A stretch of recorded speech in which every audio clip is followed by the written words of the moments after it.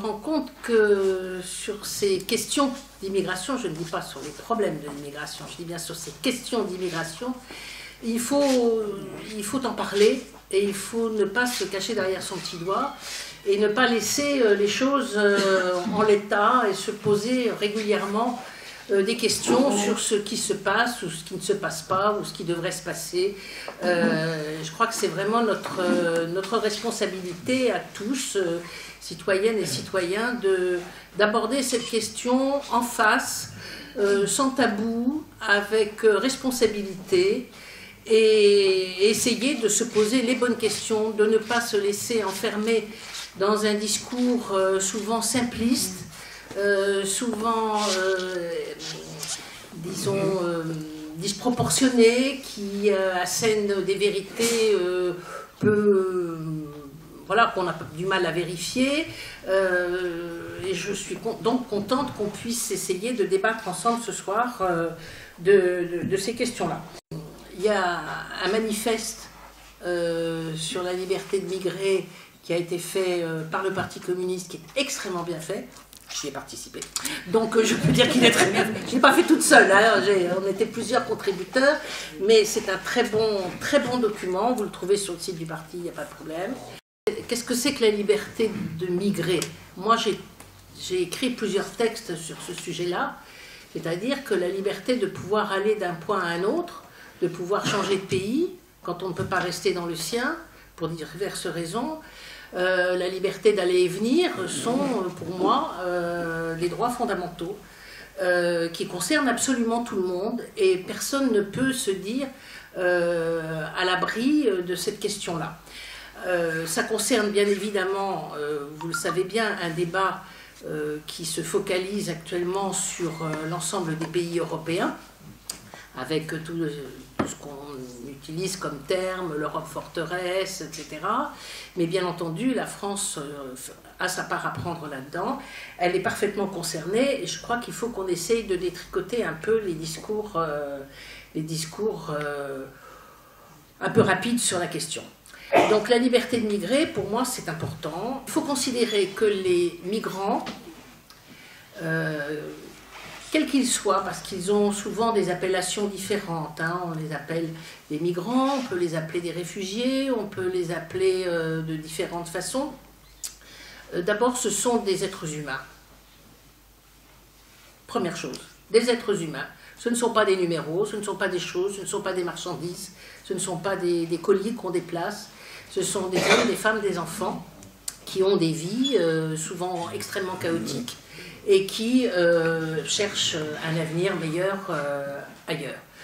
Donc, premièrement, voilà, ce sont des êtres humains. Deuxièmement, il faut considérer que ces personnes, à partir du moment, évidemment, où on les prend comme des êtres humains, sont des sujets de droit et non pas des objets.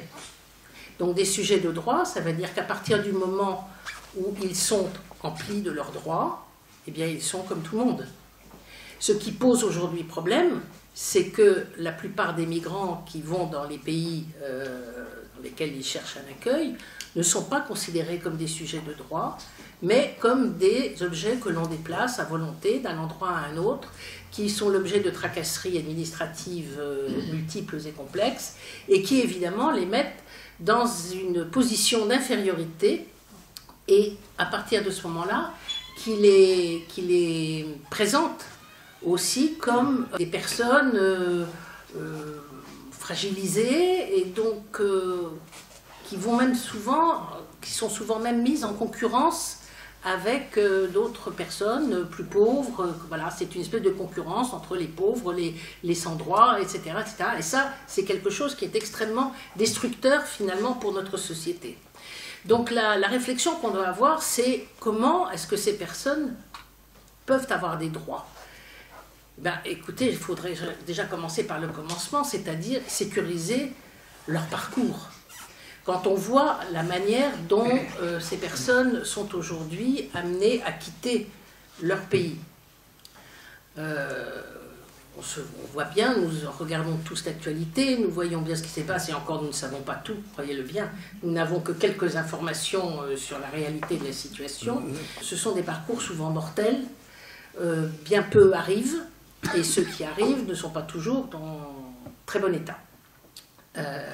Cette sécurisation des parcours, eh bien, elle est de la responsabilité de l'ensemble des États européens, puisqu'on voit bien que les migrations dont on parle sont des migrations vers l'Europe. Je fais une parenthèse en disant quand même que dans l'ensemble du monde, les migrations vers l'Europe sont infiniment inférieures aux migrations intercontinents. Les migrations en Afrique sont extrêmement importantes. Vous savez que par exemple dans des pays très pauvres comme le Ghana, il y a 1 million de réfugiés qui viennent d'autres pays.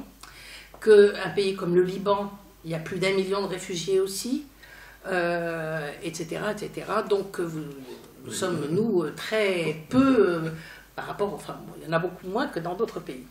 Mais comme on parle beaucoup de l'Europe forteresse, il faut savoir que l'Europe, depuis quelque temps, utilise des moyens d'externalisation des frontières.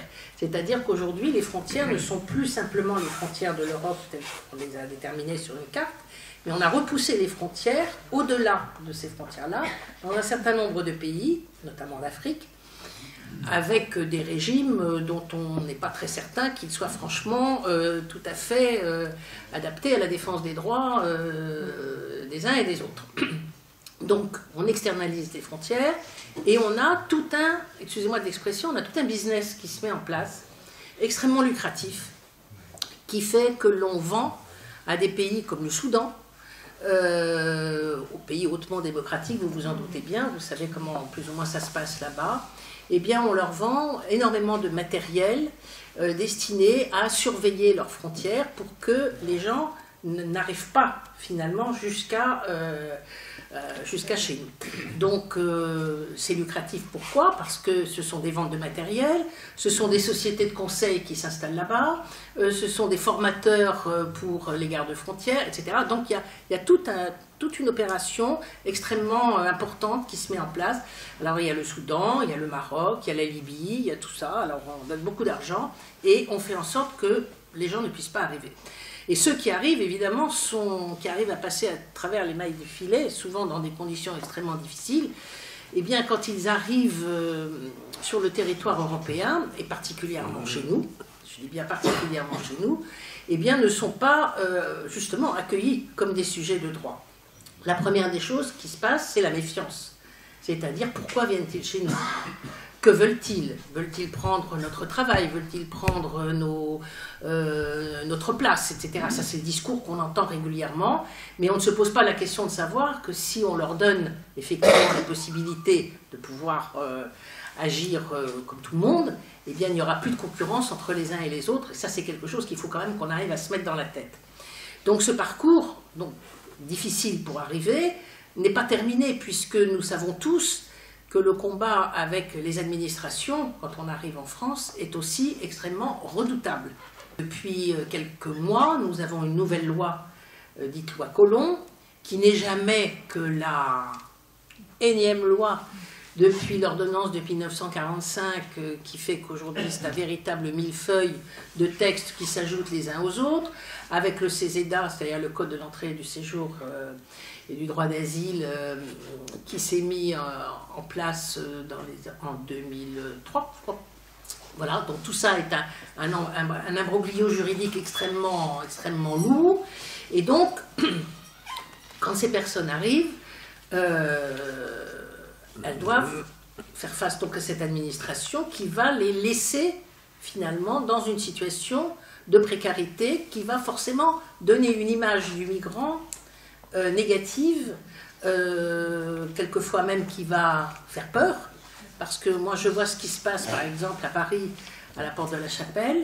Nous avons un campement de migrants quand même absolument incroyable, dans un état d'insalubrité totale et de violence évidemment, puisque les gens sont littéralement mis à bout, complètement à bout de force, de tout.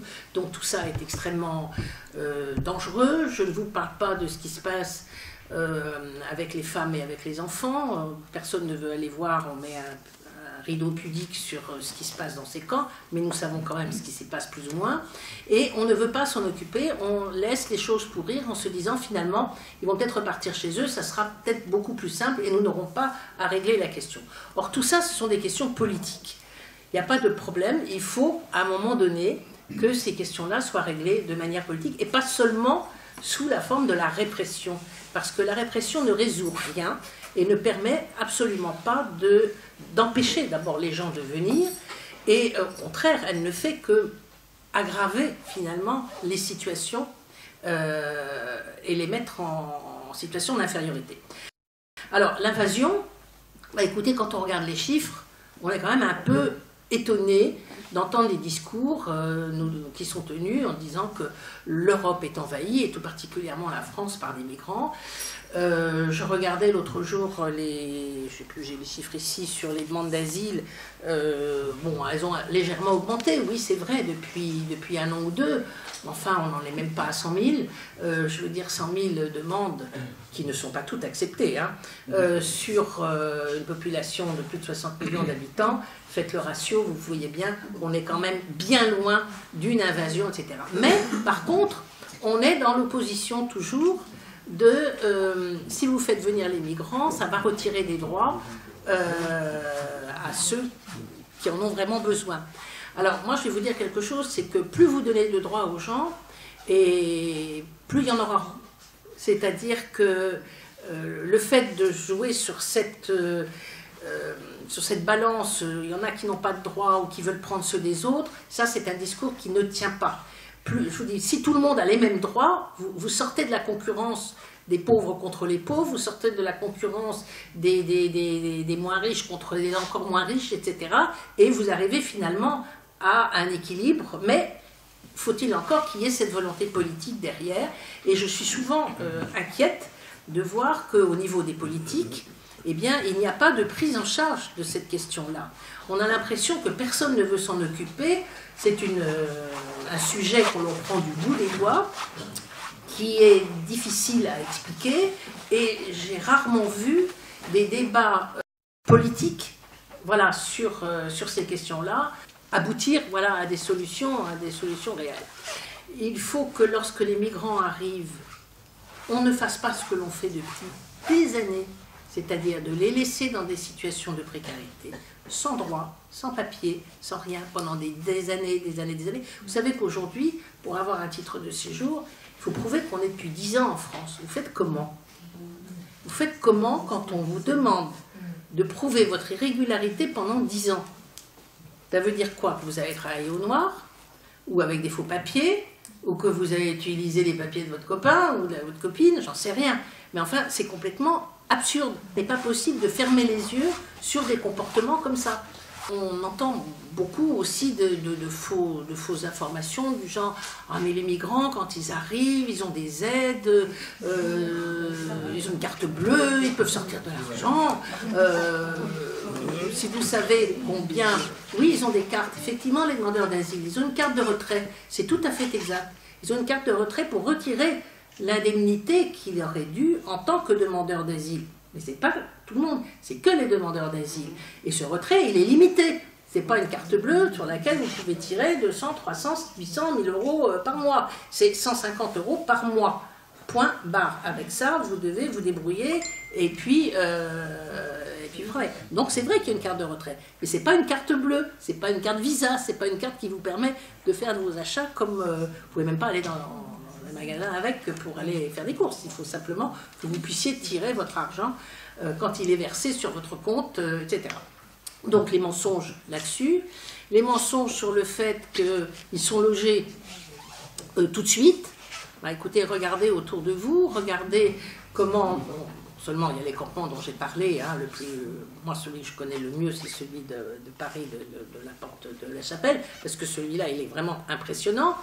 Mais il y a aussi tous ceux qui sont logés, je dirais, de gré ou de force, dans ces fameux centres d'accueil, par les centres d'accueil et d'orientation, dans des régions où, effectivement, on a essayé de ne plus les concentrer au même endroit, donc ils sont éclatés un petit peu partout, et c'est pas forcément non plus quelque chose de très simple pour eux. c'est pas forcément des conditions idylliques, donc tout ça c'est aussi du mensonge. Posons-nous la question plutôt de savoir pourquoi ceux qui sont en demande de logement doivent attendre aussi longtemps pour obtenir des logements. Mais ça, on ne se pose pas la question dans ce sens-là. Je veux dire, on est toujours dans la question à l'envers. Voilà. Donc, ils sont logés, ils ont une carte bleue, ils vont prendre notre travail. Ben, faudrait-il encore qu'ils aient effectivement des autorisations de travail, hein, si on veut faire les choses correctement. Vous savez que les permis de travail, aujourd'hui, sont extrêmement donnés au compte-gouttes. Alors, qu'est-ce que ça fait? Ben, ça fait de la main-d'œuvre taillable et corvéable à merci, hein, qui fait le... Vous savez que les grands secteurs de l'utilisation de la main-d'œuvre, c'est le bâtiment, le textile, le ménage, enfin tout ce qui tourne autour du ménage, et restauration, où là, on a effectivement... plein de possibilités d'utiliser les gens avec des horaires impossibles, pas de droit, des patrons qui peuvent effectivement les licencier, etc. Donc là, il y a aussi, et heureusement, un vrai travail qui se fait avec des associations de syndicats, comme fait CGT notamment.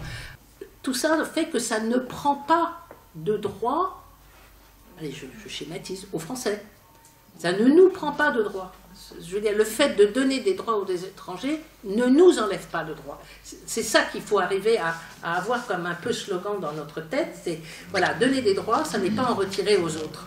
Voilà, quand je disais tout à l'heure, plus vous en donnez, et plus vous stabilisez les gens, et plus la situation sera apaisée, etc. Et que quand les gens, par hasard, arrivaient à être régularisés, ben, la première des choses qu'ils font, c'est de repartir chez eux. Parce que imaginez-vous ou nous, privés de sortie du territoire, parce que c'est ça, c'est-à-dire que comme on vous demande pendant des années de rester en clandestin, si vous sortez et qu'on s'aperçoit que vous êtes parti et que vous devez revenir, vous remettez le compteur à zéro, c'est-à-dire que vous reprenez toutes vos années au départ. Donc les gens ne repartent pas, donc ils ont des drames familiaux, ils ne vont pas à l'enterrement de leurs parents, ils ne vont pas assister à d'autres... Voilà, c'est ça aussi ces questions-là. Imaginez-nous qu'on nous interdise de bouger pendant 10 ans, parce que, voilà, on ne peut pas être dans ce... Sinon, on ne peut pas obtenir de régularisation. Donc, c'est vrai qu'on revient sur la liberté de circulation. Donc, quand je disais qu'une fois régularisés, les gens vont et viennent. Et je crois que c'est ça qu'il faut arriver à comprendre. C'est que les gens, ils ont besoin de bouger. Et qu'on ne peut pas empêcher les gens d'aller d'un point à un autre. Et ça, cette question-là de la liberté de migrer dont je parlais, elle est essentielle à tout être humain. Je crois que ça fait partie d'abord des droits fondamentaux, hein, qu'on retrouve dans un certain nombre de déclarations internationales, et on ne peut pas se priver de ce droit-là. Ça n'est pas en empêchant les gens de circuler que l'on résoudra la question, voilà, de ces migrations. Par contre, on pourrait se poser des questions de savoir pourquoi effectivement les gens s'en vont. Alors, il y a beaucoup de raisons, il y a beaucoup d'explications, elles sont diverses, elles sont variées, elles sont multiples. Vous avez les conflits armés. Bon, après, il faut savoir qui paye les armes, hein, qui envoie les armes à ces États qui ne sont pas toujours très démocratiques. Mais vous savez que, par exemple, aujourd'hui, les demandeurs d'asile en plus grand nombre viennent d'un pays européen. Ils ne viennent pas d'Afrique, ils ne viennent pas d'Asie, ils ne viennent pas du Moyen-Orient, ils viennent de l'Albanie. Alors, pourquoi? Parce qu'en Albanie, il existe aujourd'hui, et depuis, enfin, aujourd'hui, il existe depuis très longtemps, et encore aujourd'hui, ce qu'on pourrait appeler la vendetta. C'est-à-dire une espèce de règle non écrite, qui s'appelle la loi du Kanoun, qui est un règlement de compte entre clans, parce que c'est une société très clanique, avec des familles qui se détestent entre elles, et quand il y en a un qui a tué quelqu'un d'une autre famille, eh bien, il y a la revanche, et ainsi de suite, et avec des contrats, en quelque sorte, sur la tête des gens. Ça paraît assez hallucinant, mais c'est malheureusement une réalité, et ça, c'est absolument pas pris en compte, par exemple, dans les demandes d'asile, parce qu'on considère que l'Albanie étant un pays européen, est un pays d'origine sûre, dans lequel il n'y a pas de difficulté. Donc, beaucoup de demandes d'Albanais et peu de demandes d'asile accordées. Mais sur la liberté de circulation, vous avez aussi, par exemple, la question de la Pologne. La Pologne est le pays d'Europe qui accepte le plus de migrants hors européens. Ce sont les Ukrainiens. Ça, on ne le sait pas. Et c'est alors, vous avez donc un mouvement migratoire qui se fait comme ça. Mais on considère que c'est quand même toujours en Europe. Ce qu'on ne veut pas, c'est quand ça sort de l'Europe. Alors vous avez donc ces camps absolument épouvantables dans les îles de la Grèce, là, à Lesbos, etc. Maintenant, on essaye de les retenir là. Vous avez les camps en Libye, vous avez les traversées du désert mortifères, etc. Tout ça, c'est vraiment des atteintes extrêmement importantes. Donc il faut qu'on arrive à avoir cette réalité-là et à essayer de voir le migrant autrement qu'avec le côté charité. Voilà, c'est quelqu'un qui doit être un être humain à part entière, comme nous. Donc c'est un vrai travail de réflexion, c'est un vrai travail de discussion qu'il faut avoir aussi autour de nous. Ne pas répondre à ces mauvaises sirènes qu'on entend à longueur de journée en nous expliquant que voilà, les vilains migrants qui envahissent l'Europe vont tout déstabiliser. Ça n'est absolument pas vrai, d'autant plus que nous savons très bien que l'Europe vieillit, que les migrants, nous allons en avoir besoin, qu'il y a des nécessités aussi de renouveler des questions de main-d'œuvre, mais tout ça doit se faire dans une forme de légalité. Ça ne peut pas se faire simplement à la tête du client et au bon vouloir des États qui vont malmener tel ou tel. Donc c'est toute une politique européenne qui doit se mettre en place, mais le problème c'est qu'on n'est pas du tout parti dans cette direction-là. Et au niveau européen, là vous allez avoir des élections européennes bientôt, je pense que nos députés futurs européens, ce sont des questions qu'ils doivent effectivement pouvoir traiter et pouvoir, avec lesquelles on doit pouvoir parler. Parce que si on fait l'impasse sur cette question-là, ce qui est quand même une tendance assez générale, on va laisser la situation en l'état, on va l'aggraver, on va prendre de plus en plus de mesures sévères, et on ne va strictement rien résoudre, sinon avoir des drames de plus en plus importants à nos portes. Aussi, réfléchir à la manière dont sont appliquées les conventions internationales aussi. Hein, la Convention internationale, celle de Genève de 1951, qui régit le droit d'asile. Quand on voit aujourd'hui avec la loi Collomb, la manière dont les demandes d'asile sont aujourd'hui étudiées, ça fait quand même un peu frémir. Couvert de rapidité, de simplification et de soi-disant efficacité, eh bien, on fait perdre beaucoup de droits aux personnes et on les met dans des situations beaucoup plus précaires. Par exemple, dans les Vosges, du côté d'Épinal, les demandeurs d'asile communiquent maintenant avec l'OFPRA, qui est l'office qui s'occupe des demandes d'asile, par visioconférence, c'est-à-dire qu'on ne les fait plus se déplacer. Je ne sais pas si vous vous rendez compte de ce que ça peut être que de raconter son histoire personnelle par visioconférence, qui en plus marche mal, est coupé tout le temps, l'interprète, on ne sait pas très bien s'il traduit, enfin, il n'y a pas de contact humain, disons, réel. Donc tout ça pose effectivement des questions de base. Et si on laisse faire ça, on contrevient complètement à ces conventions internationales qui doivent normalement faire en sorte que la personne puisse expliquer ce qui lui est arrivé, que son récit soit entendu, qu'elle puisse apporter des éléments. Quand vous savez que par exemple, après le dépôt de la demande, la convocation aujourd'hui à l'OFPRA peut se faire par tout moyen.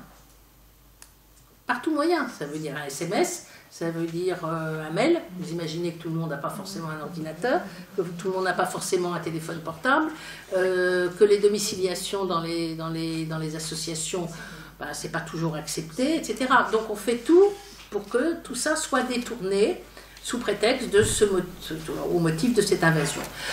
Donc voilà, reprenons un peu du bon sens, reprenons un peu nos esprits, remettons les pendules à l'heure, il n'y a pas d'invasion. Il y a nécessité absolue de redonner des droits, ou même de donner des droits, d'éviter cette concurrence mortifère entre les plus pauvres et encore les plus pauvres, entre les plus démunis et encore les plus démunis. Ce sont des volontés politiques, je n'ai pas l'impression qu'on les a beaucoup en ce moment, mais il nous appartient à nous de les mettre en débat régulièrement. Voilà.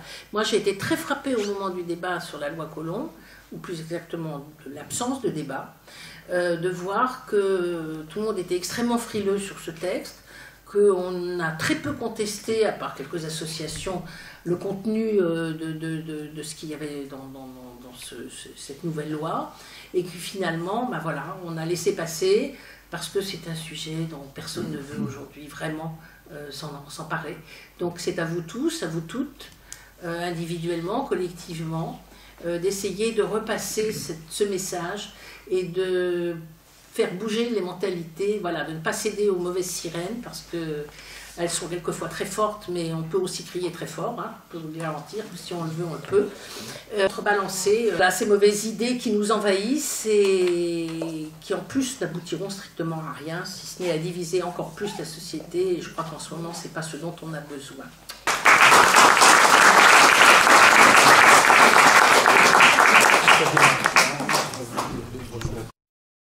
C'est de voir au niveau de la politique européenne, parce que maintenant les États ne sont plus tout seuls, la politique d'asile européen est en train de se mettre en place, c'est une politique d'asile à minima, hein, c'est-à-dire on va effectivement pas aller contre la Convention de Genève de 1951, mais on va l'aménager, on va y mettre des bémols, on va faire en sorte que ça se passe comme ci et comme ça, etc.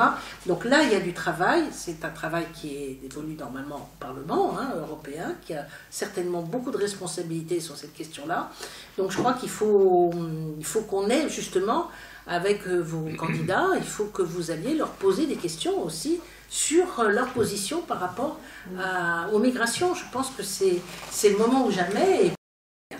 Maintenant, là où c'est absolument insupportable,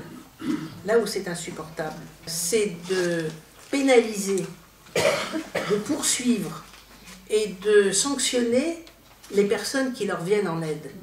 C'est-à-dire que le délit de solidarité, pour schématiser, est quelque chose de profondément scandaleux. Profondément scandaleux. Et il n'a pas été aboli, l'article. L'article 622.5, je crois, du Code du CESEDA. Il n'a pas été aboli. Il a été aménagé selon les gouvernements avec un peu plus de souplesse, un peu moins de souplesse, etc. Mais là, quand on a vu ceux de Besançon là, qui se sont fait arrêter au col de l'Échelle pour aller avoir protesté contre ce que faisait Génération Identitaire. Simplement, la loi n'a pas changé. L'article 622, il est toujours dans le code du CESEDA. C'est son application et son interprétation. Et vous avez raison sur la décision du Conseil constitutionnel sur la fraternité. Ça, on est tout à fait d'accord. Il n'empêche que l'interprétation quand même de cet article, qui est à géométrie variable, est encore extrêmement inquiétante par rapport aux États généraux d'immigration. C'est là-dessus que je voudrais terminer. Ce mouvement des États généraux d'immigration, il est intéressant parce que c'est un mouvement citoyen. C'est un vrai mouvement citoyen. Et il a pris de l'ampleur. Au début, on ne voyait peut-être pas très bien jusqu'où ça allait mener, mais je pense que c'est une vraie force. Et c'est une vraie force qui doit continuer et qui a certainement du poids. Parce que moi, j'ai discuté pas mal avec Damien Carême, le maire de Grande-Synthe. Ça, c'est un exemple parfait de volonté politique. Hein. Lui, il accueille les migrants comme ils doivent être accueillis. Hein. Alors, il a des difficultés, c'est compliqué, etc. Mais il assume. Il y avait eu les États généraux l'année dernière, pendant 2 ou 3 jours, où vraiment, ça avait été extrêmement intéressant de voir que finalement, c'était les citoyens qui s'emparaient de cette question et qui essayaient de faire remonter la question du traitement des migrants, de la manière dont les choses se passaient.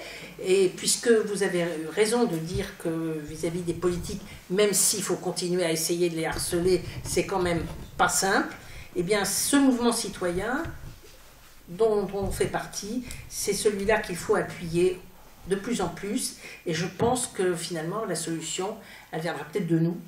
Alors il faut qu'on s'y mette tous les uns derrière les autres. Voilà. Merci Dominique.